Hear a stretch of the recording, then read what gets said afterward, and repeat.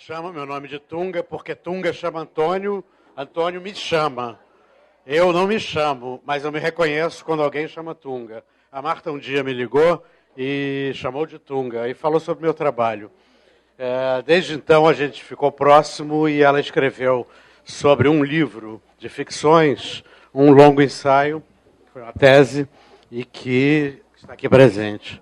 Eu detesto o microfone. Vocês escutam sem microfone? Não. Não, também não. Bom, não, vamos falar com o microfone, sem problema.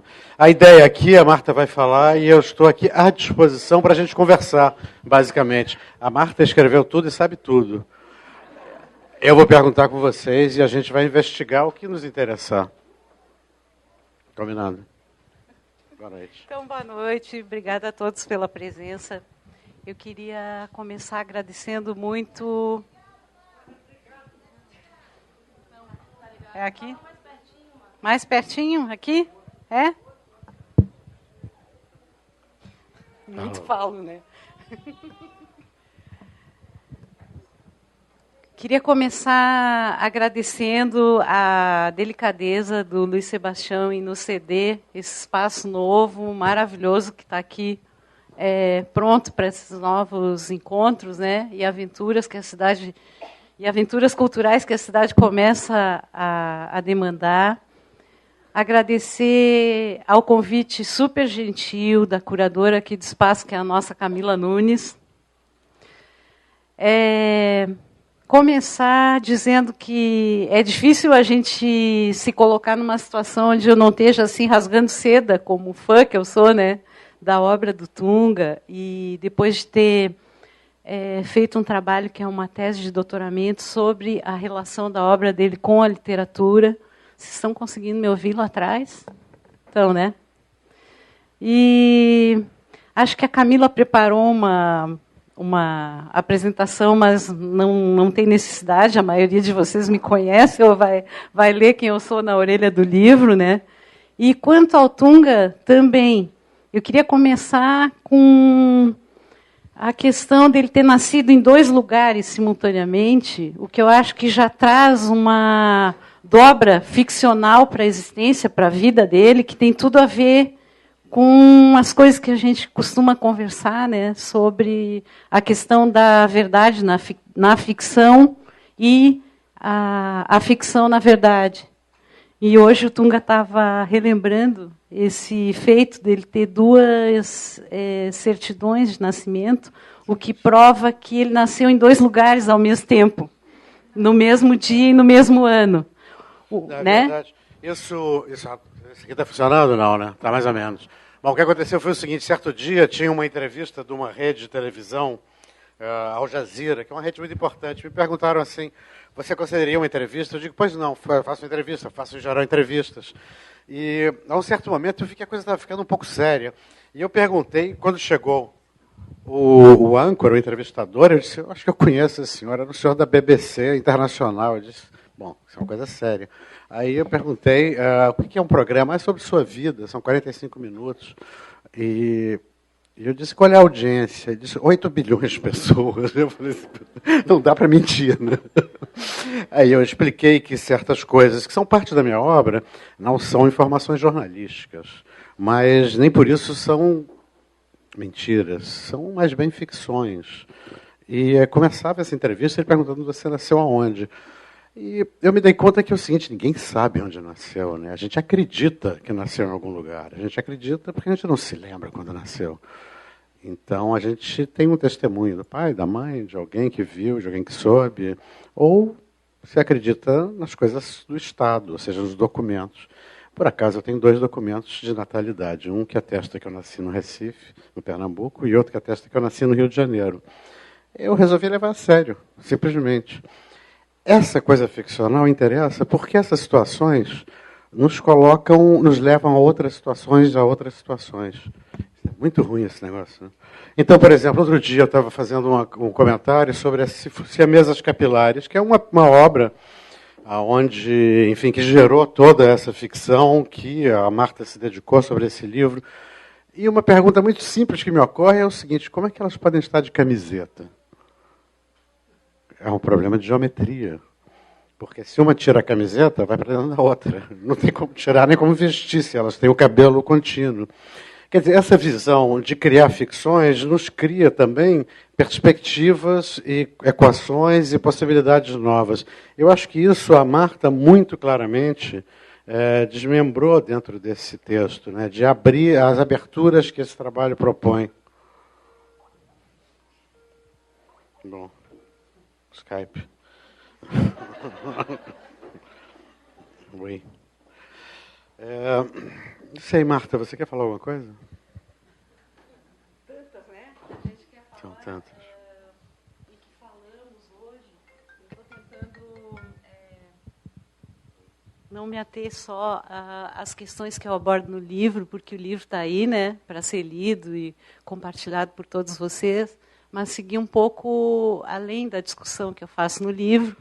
Né? Vou só dar um resumo. O livro aborda as ficções do Tunga, principalmente do livro dele, que é o Barroco de Lírios, e cobre um período que vai dos anos 80 até 2001, com as Teresas, com os assaltos e as Teresas.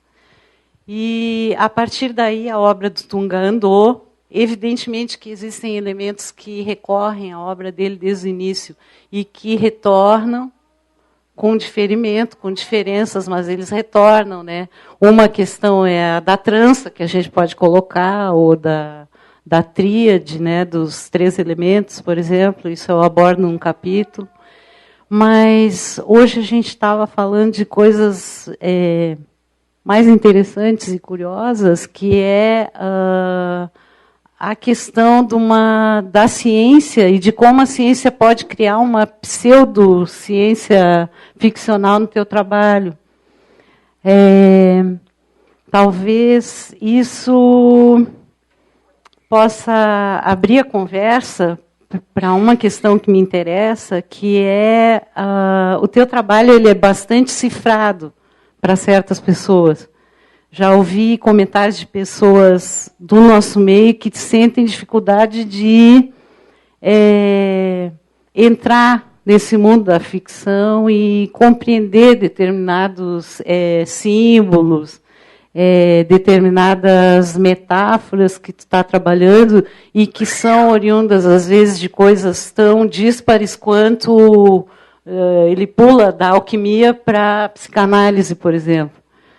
Então, também pula para a alquimia. Né?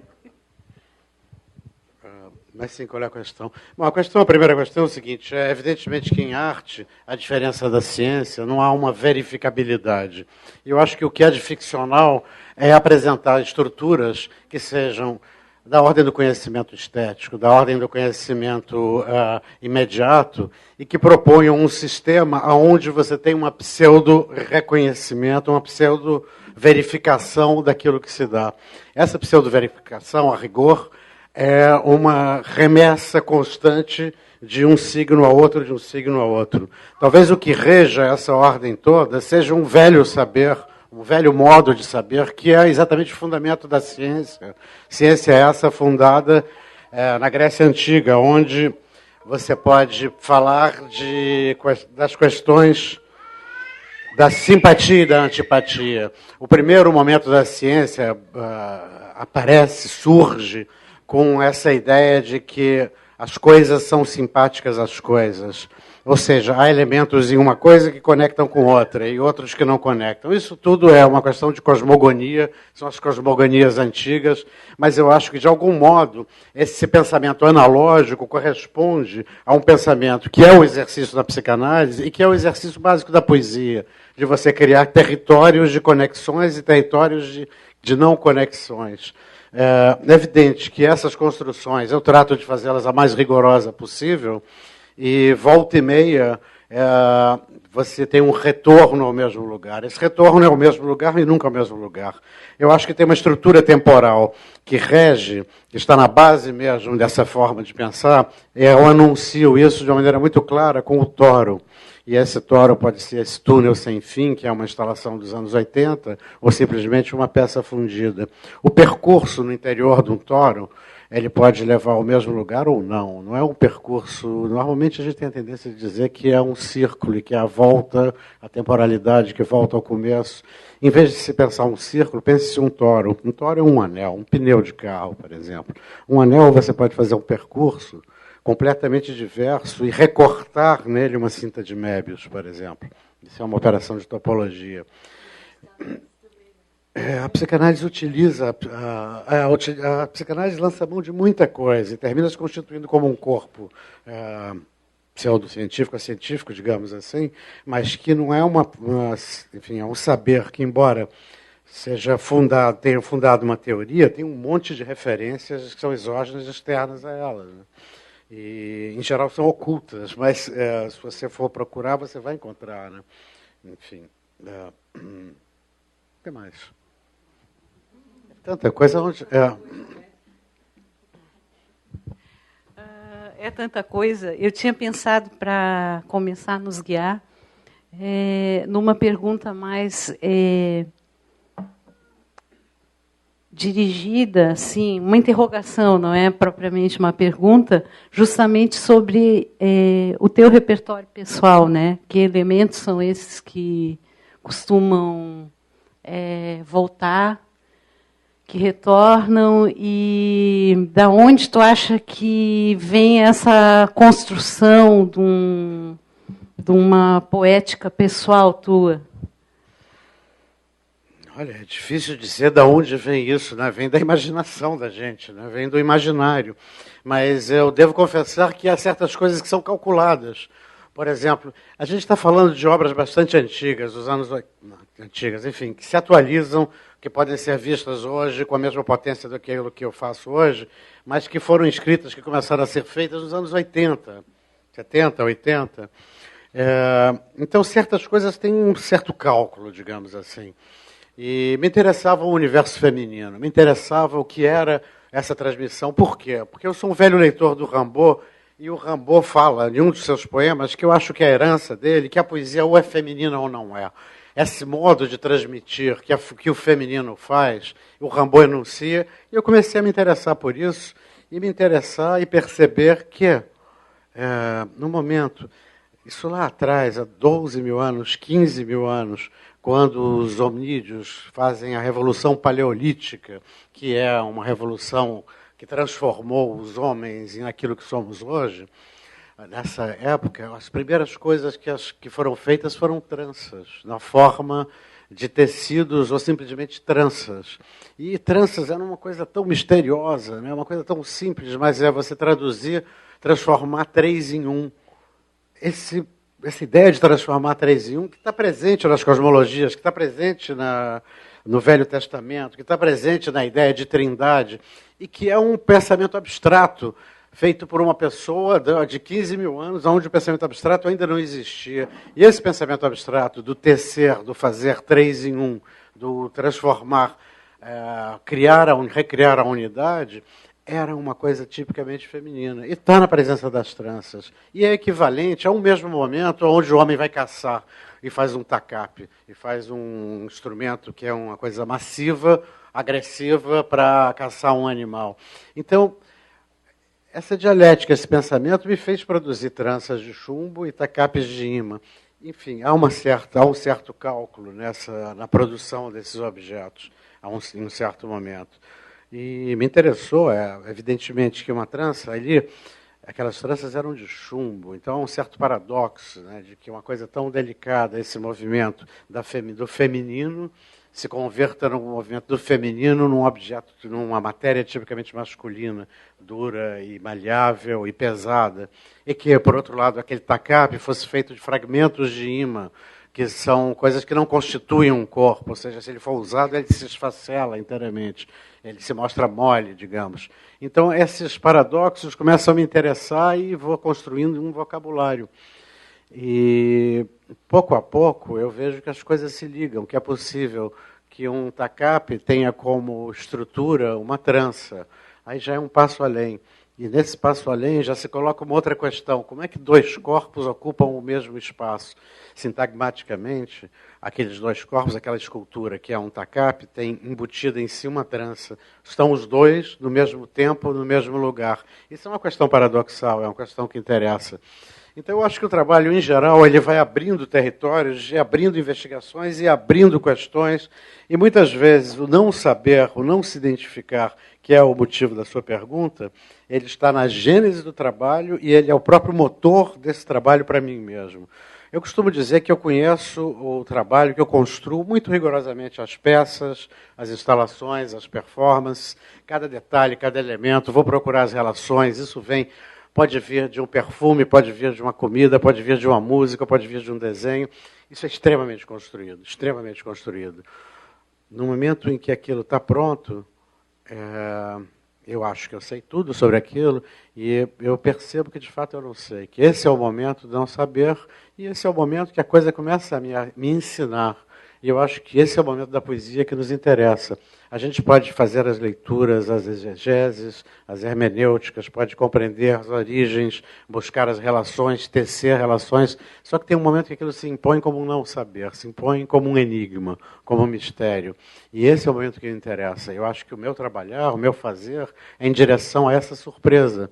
E essa surpresa de ver o mundo como um mistério é o que nos faz querer alargar esse mundo, compreender mais esse mundo.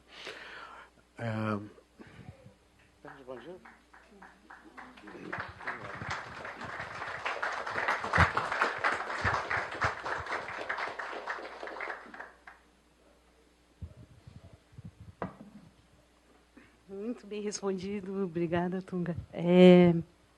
A segunda pergunta que eu queria colocar, ela é mais expansiva, mais genérica, e como a gente tem muitos estudantes de arte com essa interrogação aqui, eu queria que tu falasse um pouco sobre como que tu lê, eu vou usar uma expressão meio datada, né, que é a função social da arte, como que a gente poderia pensar isso hoje, assim, qual é o papel da arte na sociedade contemporânea. Isso vem de encontro, eu sei, a interrogação de vários alunos aqui, de estudantes de arte de fases iniciais, que muitas vezes estão bastante desiludidos com com a potência que a arte pode ou não adquirir na sociedade, se ela vai ter ou não uma voz coletiva que possa voltar, digamos que, a representar minimamente algum aspecto comum da sociedade, né? Um pouco por aí. E seriam essas duas questões, um pouco sobre a primeira, né, sobre a tua obra e os elementos do repertório, e a segunda seria essa, e depois eu acho que a gente pode abrir para algum jogo rápido de perguntas e respostas. Pode ser? Não sei se eu sei responder as questões, mas, enfim, eu trato de investigar essas questões. O que eu vinha falando da presença do interior de uma trança num tacape, eu me dei conta muito cedo que o que fazia, a operação que era feita a rigor, ela era regida por alguma coisa que eu acho que eu sabia fazer. E eu resolvi chamar essa coisa de cola poética. A cola poética é a pura energia de conjunção. Energia de conjunção é um conceito que eu inventei para dizer que A mais B são igual não a C, mas a uma outra coisa. O que existe na poesia, o que existe na arte é a capacidade de colocar o heterogêneo junto e achar do heterogêneo de duas coisas que não tem nada a ver uma com a outra, uma terceira coisa que é produzida por esse encontro. Eu acho que a modernidade é caracterizada por isso. Isso está nos grandes escritores modernos todos, que falam desse encontro fortuito entre duas coisas que não têm nada a ver e que produzem um sentido novo. A habilidade, talvez a vocação da arte, seja o uso da energia de conjunção. Essa energia de conjunção pode se dar num objeto, num poema, juntando duas palavras, ou num acorde musical, onde duas notas completamente díspares produzam um efeito novo, um efeito inusitado. mas também a gente pode generalizar, e eu acho que é o que se deve fazer com a arte, é tomar tudo e qualquer coisa, que seja um poema, e dizer, isso não é apenas um poema, isso é uma coisa da vida, é uma coisa mais extensa. Eu acho que a energia de conjunção é, por excelência, a energia do amor. O amor é a energia de conjunção, por excelência, no humano. Então, tratar de viver essa energia de conjunção, tratar de generalizar aquilo que pode ser a substância dos poemas em qualquer situação social, é viável, é saudável, é desejável para que se transforme, as relações humanas se transformem em relações passíveis de serem conjuntivas e não apenas de serem úteis, agradáveis ou funcionais. Eu acho que se existe alguma razão para a gente fazer a poesia, é criar possibilidades de ter relações diversas, de se surpreender com a conjunção daquilo que é heterogêneo. E se nós humanos nos entendemos, não é pela homogeneidade que nós temos, mas pelas diferenças. Todos nós somos únicos e diversos. Todos nós somos completamente diferentes uns dos outros, embora todos nós sejamos idênticos. Então, a poesia tratar de encontrar essa unidade no diverso, essa possibilidade de colocar o diverso junto em harmonia e criar um sentido, se a gente generalizar isso, acho que sim, a arte tem um papel positivo na sociedade e, enfim, é uma esperança. Não é à toa que a gente canta junto uma música. Quando duas pessoas cantam junto ou dançam juntos, eu acho que há uma compreensão dessa natureza. Eu acho que vale a pena fazer arte para isso. Agora, é evidente que eu sou bastante descrente em relação a isso, né? A gente olhar em volta, né? Então, acho que tem uma vontade de que isso aconteça e eu acho que é uma fé íntima mesmo, né? Que nos dá razão de fazer isso. Agora, quando você olha o mundo em volta, acho que estamos perdendo, né?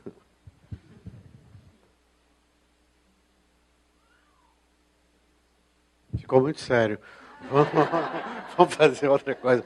Alguém tem alguma coisa para falar? Diga. Tu acha que é o mundo em volta ou o que a gente vive no Brasil hoje? Porque eu tenho uma preocupação assim, com a população brasileira. Eu sou arquiteta, não sou artista, mas eu trabalho muito em espaços públicos e às vezes a gente tenta inserir coisas que são ligadas à arte ou um pouco mais de conhecimento, assim, seja poesia, alguma coisa que leve o ser humano para um estado um pouco mais elevado, que não seja só o consumo do dia a dia, de cumprir suas tarefas e a sua subsistência. Eu me preocupo muito com o que as pessoas comuns, com todos, consomem através dos meios de comunicação. E às vezes a gente viaja bastante para fora do Brasil e vê que fora não é tão igual. Eu vou falar bem rápido, assim, eu tive uma experiência que eu fui para Paris em outubro com meus filhos, eu fiquei num apartamento, me aluguei um apartamento que eu estava com criança, fiquei um tempo mais. E os jovens fizeram uma festa nesse prédio. E eles ouviram um monte de música eletrônica. Quando eles cansaram, eles começaram a ouvir música clássica. Eles começaram a ouvir Bach, Beethoven. E eu senti assim, que pena que isso não acontece numa festa de jovens, muito jovens, pessoas de 20 anos. No Brasil, que aqui as pessoas, quando cansam de dançar música eletrônica, começam a ouvir sertanejo universitário. Não há, gente. Mas assim, isso que tu falou agora, que é pena que o mundo à nossa volta, eu queria... Se tu achas que eu sou uma pessoa ignorante nesse sentido do que eu olho à minha volta, eu só percebo que eu olho à minha volta. E eu tenho uma pena, assim, que eu acho que o Brasil tá muito pobre culturalmente, artisticamente, e até isso faz com que a produção artística brasileira, com exceções a tua pessoa e outros grandes artistas, mas assim a massa produz uma baixa qualidade até em termos de acabamento da obra de arte, dos materiais, da profundidade que elas chegam. Não sei se eu fui muito complexa. Não, você não foi eu muito fui complexa, só espontânea. Tu me desculpa se... Não, está perfeito. Normalmente, em Paris, as pessoas têm esse hábito de ouvir música clássica. As rádios são financiadas pelo governo para formar um público de música clássica. E é evidente que isso é uma tarefa política, mas o que eu estava dizendo é uma coisa mais genérica no mundo. O que você está dizendo me faz sentido na medida em que a subjetividade hoje parece que é alguma coisa que se constrói com dinheiro. Então a gente se compõe não com o que a gente gosta, mas com o que a gente acha que a gente deve gostar. Então as pessoas vão e se representam com um charuto tal, com um vinho tal, com uma música tal, com uma roupa tal, morando em tal lugar, com tal carro. Parece que o capitalismo avançado dispôs do sujeito explodido e o sujeito tem que passar pelas corporações para se criar uma subjetividade e se representar como tal. Então, isso aí é como se fosse abrir mão da possibilidade de você mesmo se inventar, que é o que se faz quando se faz um poema, quando você faz uma música, ou quando você junta o seu repertório. Eu acho que, de fato, a coisa não é só no Brasil, é no mundo inteiro. Eu acho que é um fenômeno do capitalismo de não querer, de não autorizar que a subjetividade seja uma coisa da intimidade sua. E a sua subjetividade é como rendida pelos meios de comunicação, pela sociedade de consumo em geral, que te obriga a se montar de um jeito. Então você precisa vender o seu tempo para ter dinheiro para voltar a ser você. Eu acho que isso aí é que a poesia pode mudar. A gente é antes de ser o que os outros querem que a gente seja, né? Eu acho que essa prática eu chamo poesia, mas quando eu falo poesia, é artes plásticas, é arquitetura, é qualquer fazer, é uma dança, enfim. Eu acho que essa consciência da intenção de você perceber que você é único, cada um de nós é único, sabe? E exclusivo. Então, se afirmar isso, você vê que você não precisa dos outros para ser o que você é, ao contrário.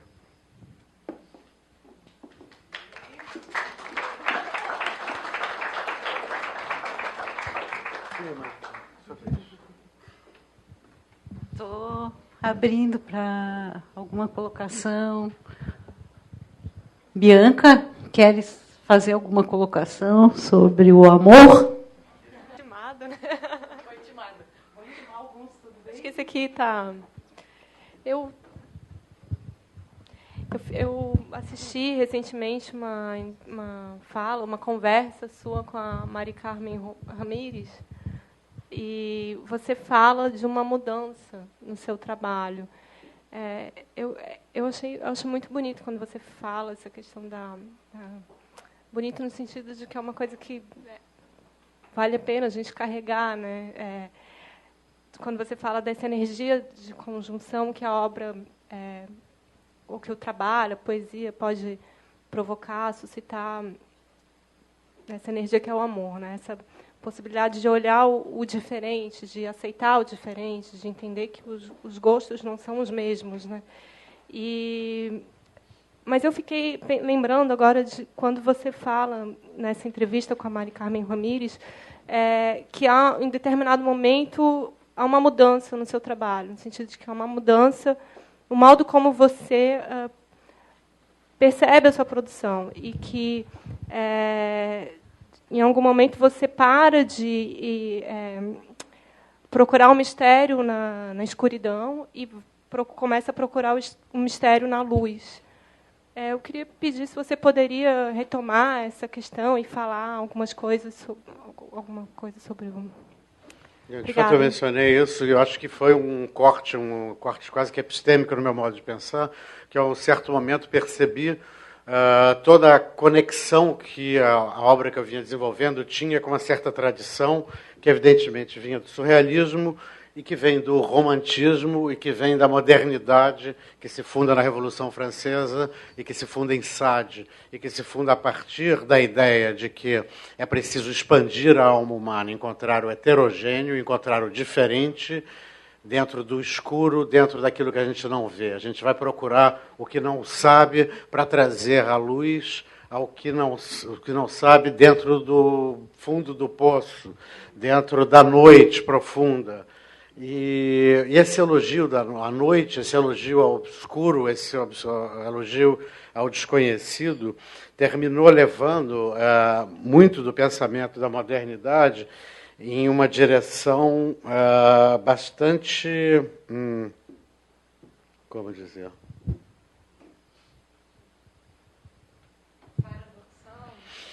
paradoxal, onde termina-se fazendo o elogio do monstruoso, do catastrófico, pelo próprio monstruoso, em vez de perceber que se trata exatamente de um resgate disso, para a conjunção disso como uma coisa positiva. E, então, num dado momento, eu percebi que era possível fazer essa mesma operação como um elogio da vida. O mistério não está na morte, o mistério está na vida. E, evidentemente, isso tinha uma coisa biográfica também, depois de um acidente que eu tive, e que eu percebi que não precisava buscar nos limites da morte, no excesso, o desconhecido, que o mais misterioso do humano é a vida, está na vida. Então, procurar esses elementos do mistério na vida era o que me guiava a partir desse momento. Isso foi se maturando até se apresentar nessas obras recentes, que eu acho que tem essa característica.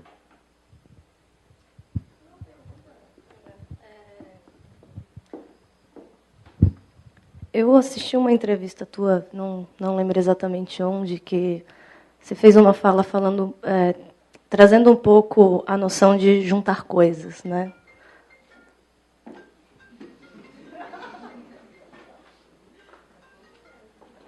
Continua? E, enfim, trazendo o teu trabalho, as instalações, as performances, você falou muito desse juntar coisas como um espaço mental, que pode ser experienciado fisicamente. Queria saber se você poderia falar um pouquinho mais sobre isso. Está até no prefácio do livro sobre que a Marta fala, e onde eu falo que costumo... Sempre gostei de bagunça, sempre gostei de juntar as coisas e de achá-las e perdê-las. E é uma espécie de elogio, onde já está presente isso, de elogio da luz, como sendo essa cola que junta o heterogêneo.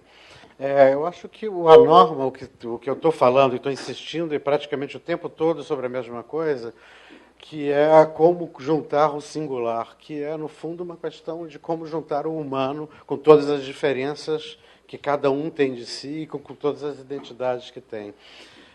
Isso é uma questão para a linguagem. É uma questão de como você criar uma obra que seja capaz de mobilizar, de tocar pessoas tão diferentes, línguas tão diferentes, culturas tão diferentes. Uma das questões que me parece presente em todas as obras que eu faço é o fato de você poder se identificar independente da sua cultura. Quer dizer, você hoje em dia vai a um museu e se você não sabe o que é uma sopa Campbell, parece que você perde um sentido da obra que está ali exposta. Quer dizer, você está frente a uma parte daquilo, a uma impressão, a um sujo, a um vermelho, a algumas letras, mas eu não sei o que é aquela sopa, o que é aquela lata, eu não tenho necessidade de saber isso. Uma das questões que eu me coloquei é todo e qualquer elemento presente na obra que eu faço é identificável por toda e qualquer cultura, em qualquer canto.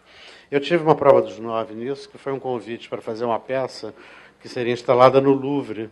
O Louvre é um museu, à diferença dos outros museus, é um museu de arte moderna, de arte contemporânea. Você vai à sua disposição e diz assim, esse aqui eu não gosto, esse eu gosto. Quando você vai ao Louvre, você sabe que você vai encontrar algo sacralizado, que ali é o lugar da cultura. E foi me proposto fazer uma obra exatamente embaixo da Grande Pirâmide. E eu acho que o desafio era esse, era fazer uma obra que fosse identificável para um público, que é mais bem um público turístico do que um público cultural, e que ele pudesse se reconhecer dentro daquilo. E, curiosamente, acho que funcionou, enfim. Eu acho que essa é uma questão que está presente. Tá, Marta, fala um pouco. Marta. Falo. Fala sobre o livro. Oi? Fala um pouco sobre o livro, como foi. Ele quer me ouvir, gente, eu sou tímida. Não, é que a gente quer aproveitar a ocasião do encontro, né, para ouvir o Tunga, que é sempre um grande prazer e uma delícia. Acho que talvez um ponto do livro que eu gosto, que eu acho que permanece bastante no teu trabalho, é uma relação muito estreita com a literatura de ficção, principalmente a narrativa latino-americana. Né? Eu acho que o trabalho do Tunga tem muita relação com autores cubanos, com o modernismo argentino, etc. Vejo aí uma fabulação que nos lê como América Latina como um espaço de uma modernidade paralela, construída numa outra linha que rompe com a linhagem histórica europeia, né? E também um pacto assim bastante forte com o modernismo histórico, as vanguardas históricas brasileiras, com um compromisso ético bastante profundo com a recusa em sermos uma cultura da cópia, uma cultura submetida ou de segunda mão. Essa recusa, eu acho que ela contorna a tua obra como um todo, assim. Então, talvez puxar a conversa por aí. Não sei se alguém tem alguma colocação, uma pergunta específica nesse sentido. Se tem a ver agora com o que a gente está propondo? Sim?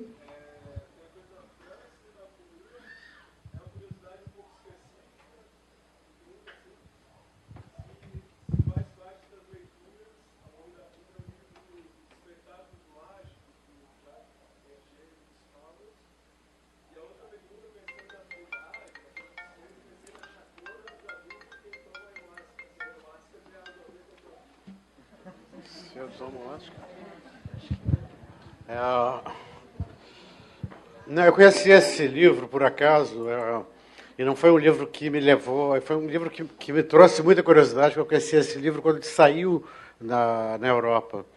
E era comentado, enfim, nos círculos familiares, até como uma construção, uma montagem, que diziam um arnaque, né?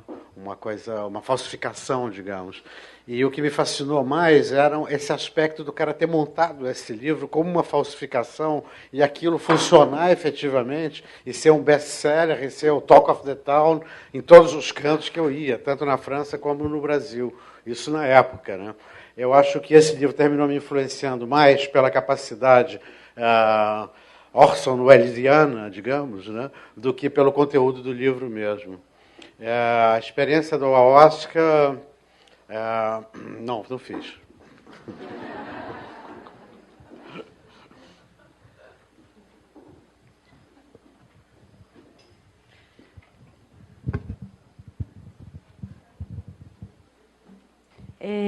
Isso que eu coloquei, vou fazer uma pergunta, então, que é se realmente tu pensa essa potência da tua obra como algo que possa se construir a partir da recusa desse lugar na cultura da cópia, da segunda mão, etc., etc., e, portanto, próxima das estratégias dos autores que a gente se referiu tantas vezes, que está no meu livro, que são os cubanos. Olha, eu acho que a gente tem uma fabulosa herança no Brasil. Enfim, eu não sou nem um pouco nacionalista para nenhuma das nações, nem para o Brasil, nem para qualquer outra. Eu acredito no hominídeo, no humano e nessas energias do humano. Mas eu acho que no território onde nós vivemos, onde nós amarramos nossa rede, nas nossas palmeiras, a gente viveu experiências com uma matriz europeoide, digamos, mas que foram radicalmente diferentes daquelas vividas em outros lugares e que imensamente podem contribuir, e hoje em dia, mais do que nunca, podem contribuir para uma compreensão do que acontece no mundo. A diversidade cultural com que a gente teve que lidar desde o começo do século passado, formalizou uma modernidade, um modernismo, aonde outros valores eram incluídos naqueles organizados, pensados, agenciados pela modernidade. De forma que, por exemplo, movimentos como o construtivismo chegam ao Brasil e lidam com a presença da corporeidade, do corpo, e que imediatamente são levados para pensar, a serem pensados, não como uma experiência meramente visual, mas passam a ser uma experiência do corpo em movimento face àquilo. Isso é a experiência de Oiticica, de Lígia, por exemplo. Outras experiências de outra natureza trazem a heterogeneidade social ao bojo desse pensamento moderno. O que acontece é que a gente quase que foi impelido a viver esses modelos e pensar um modo onde essa heterogeneidade toda pudesse caber nisso. E esse é o fato que se vive hoje no mundo. Você chega na Europa, a presença dos árabes na França ou na Alemanha, a presença dos imigrantes que foram trazidos como mão de obra e terminaram se constituindo como parte daquela sociedade, trazem outras culturas que têm que ser incorporadas àquele modelo de cultura vigente. E nós temos a experiência disso, passamos por isso já há 100 anos e pensamos de um modo muito mais avançado do que essas culturas ditas hegemônicas. Então, eu acho que sim. Eu acho que em Cuba houve essa experiência através do Lezama Lima, que é um escritor que depois difundiu, abriu esse território para outros pensadores. Eu acho que sim, a gente tem o que ensinar, a gente tem o que dizer, a gente tem o que aprender, mas tem o que dizer. E esse falar é um diálogo de igual para igual. Não é um diálogo de cópia, não é um diálogo de fazer melhor a maneira de. É partir de certos princípios que são os mesmos, porque nós temos uma herança europeoide, como eu disse, né? Mas temos outras coisas que lá não tem. Então, esse diálogo há de se fazer nessa dimensão. E eu acho que já se faz, eu acho que é efetivo. É evidente que há uma grande briga, porque, independente do mundo das ideias, essas coisas circulam no mundo de interesses de hegemonias culturais, né? E eu acho que é uma grande briga da gente de dizer não a essas hegemonias culturais e dizer sim, é possível falar junto do mesmo status, da mesma de igual para igual e trazer novidades que não nos são trazidas por coisas que são impostas por essas hegemonias culturais.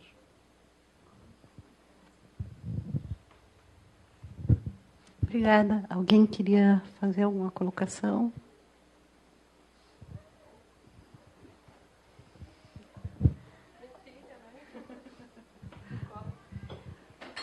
Eu fiquei lembrando parte de um filme que eu vi do seu trabalho, mas eu não lembro direito exatamente qual filme era, se foram naqueles filmes que estavam projetados na Bienal do Mercosul de 2006, talvez, 2007.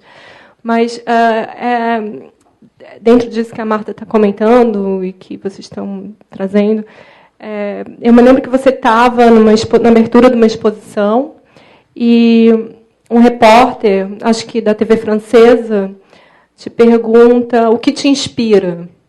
Não sei se você lembra disso, dessa questão. E aí, foi uma coisa que me marcou, que, assim, eu como participante do teu trabalho, como estando ali, participando daquele trabalho, me atravessou, e eu gostaria de te ouvir falar um pouco sobre isso, se for possível. Mas eles perguntou o que te inspira em francês, né?